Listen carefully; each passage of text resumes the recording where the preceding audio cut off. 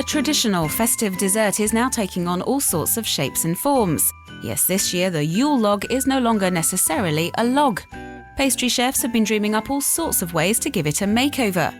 World pastry chef champion and meilleur ouvrier de France, or best craftsman of France, Angelo Musa, has concocted a Christmas present cake. There's a surprise for the guests, because there is a delicious beer-based cake inside.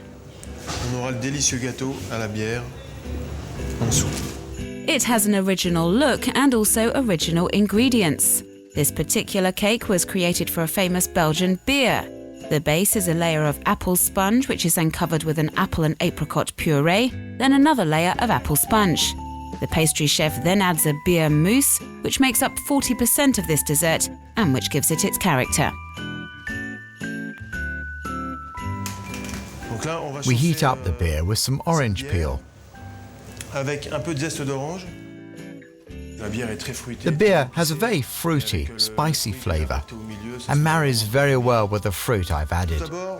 So we spread a healthy helping of the beer mousse. Here are our biscuits, made with beer and spices, and in the middle, the apricot and apple puree.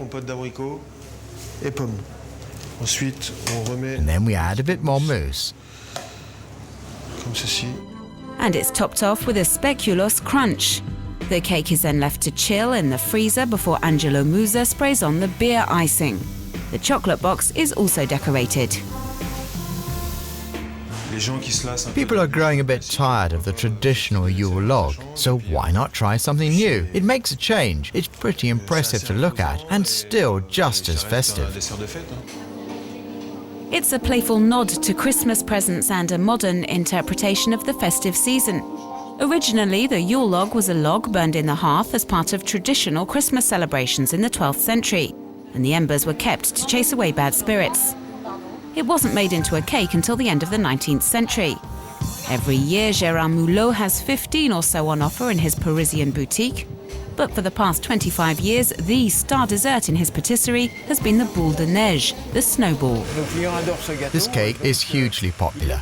Our clients look forward to it every year. If they could order it all year round, they would, but we only make it during the festive season. The cake consists of a half-sphere biscuit base, which Gérard Mulot then decorates with a vanilla mousse and fresh fruit. When we get to this stage of assembling the snowball, we put it in the freezer so that it doesn't fall apart in the oven afterwards. Once the base has hardened, the pastry chef covers it with meringue, making it look like a snowball, and then leaves it to brown in the oven for 3 minutes. It's served with a raspberry coulis, and it's very refreshing after all the Christmas feasts. It is, in fact, a very light dessert and very welcome when one has been eating a lot. One thing all these festive cakes have in common is that they're all beautiful to look at. Emmanuel Riant is the pastry chef for Café Pushkin, and his dessert is as refined as they come. White chocolate sculpted into the shape of a dome with some painstaking finishing touches. It was inspired by the domes of Russian churches, the highly decorative, bright and shiny aspect, something they have had in Russia for hundreds of years. So we've added our French know-how to this very Russian and highly luxurious concept. There are several parts to this cake: a spicy biscuit base, a pear puree, and a licorice-flavoured creme caramel. A smaller dome made using the same ingredients is placed on top. So we decorate it with white chocolate.